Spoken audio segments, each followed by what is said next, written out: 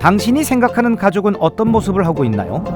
아빠와 엄마 그리고 그 밑에 아들, 딸 두 아이가 있는 집, 그게 바로 우리가 생각하는 전형적인 4인 가족입니다.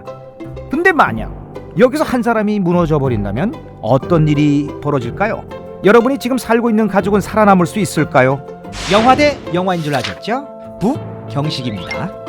사실 말이죠, 우리나라의 수많은 정책과 제도들은 4인 가족을 기준으로 만들어져 있습니다. 복지도 4인 가족 기준, 놀이동산과 뷔페도 4인 가족 기준. 이거 싱글들, 솔로들은 뭐 서러워서 살겠습니까?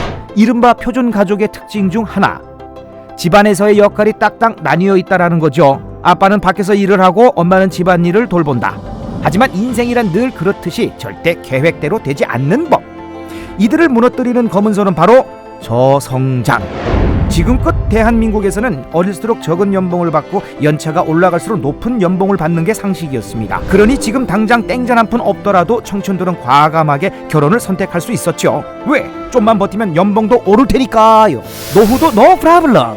아이들이 어릴 땐 부모가 돈을 벌고 부모가 은퇴하면 아이들이 돈을 버니 그야말로 완벽한 패밀리 플랜 아니겠습니까?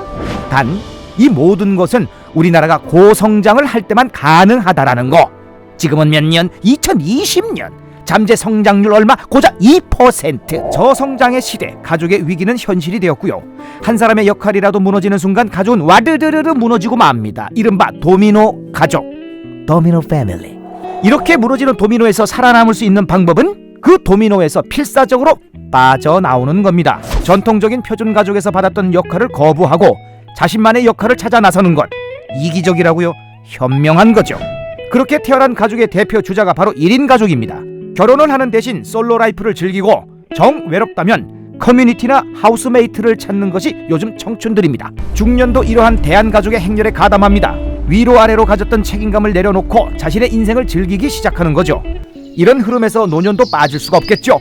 다 큰 자녀들이 낳은 손주를 키우던 삶을 졸업해서 인생의 버킷리스트 완성에 도전합니다. 하지만 착각은 금물이죠. 자신의 인생과 행복을 찾기 위해 각자 나섰을 뿐 이들이 가족이 아닌 건 아니라는 거지요. 놀랍게도 이렇게 각자의 행복과 생존을 찾아 나서자 오히려 든든한 가족의 형태가 만들어졌습니다. 이른바 테트리스 가족. 이 테트리스 가족이라는 낯선 형태가 건강할 수밖에 없는 이유, 바로 서로를 인정하는 태도가 깔려있기 때문이죠. 개개인이 어떤 유형의 가족이든 그 가족 안에서 자유와 행복, 평등을 누릴 수 있다면 건강한 가족으로 수용해야 한다. 그렇기 때문에 전통사회를 뒤흔드는 엄청난 변화에도 우리는 이 신선한 가족 형태에 조금씩 마음을 여는 것일지도 모릅니다. 나와 가족이 행복해질수록 공동체와 사회도 행복해진다. 즉, 스스로 행복해질 때 모두가 즐거워진다.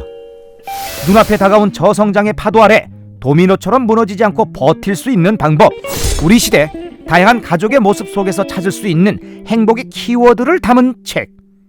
내 행복은 나 스스로 찾자. 어떻게? 당당하게. 필수 생존 사회학, 각자 도생 사회입니다.